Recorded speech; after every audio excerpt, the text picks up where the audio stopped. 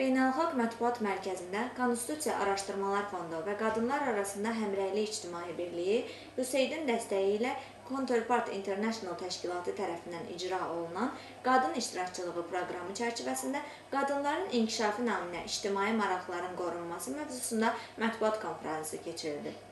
Tədbirin açılışını Konstitusiya Araşdırmalar Fondunun prezidenti Əli Məmməd Nuriyev edib.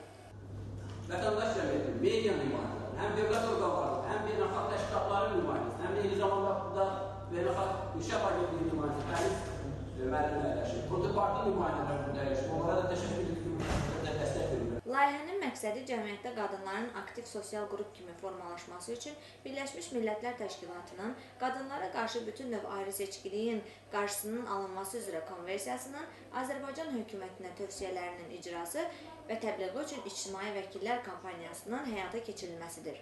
Hesabat konvensiyanın 3 istiqamətini əhatə edir.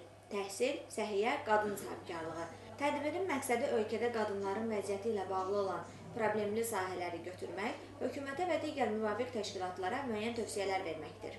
Tədbirdə çıxış edən Konstitusiya Araşdırmalar Fondunun eksperti Sacidə Əbdülvahabova qadınların daha az rəhbər vəzifədə çalışmalarını vurğuladı. Səhiyyə, təhsil, əməkdə qadınların sayının çox olmasına baxmayaraq mən öz rəqəmləri göstərmişəm.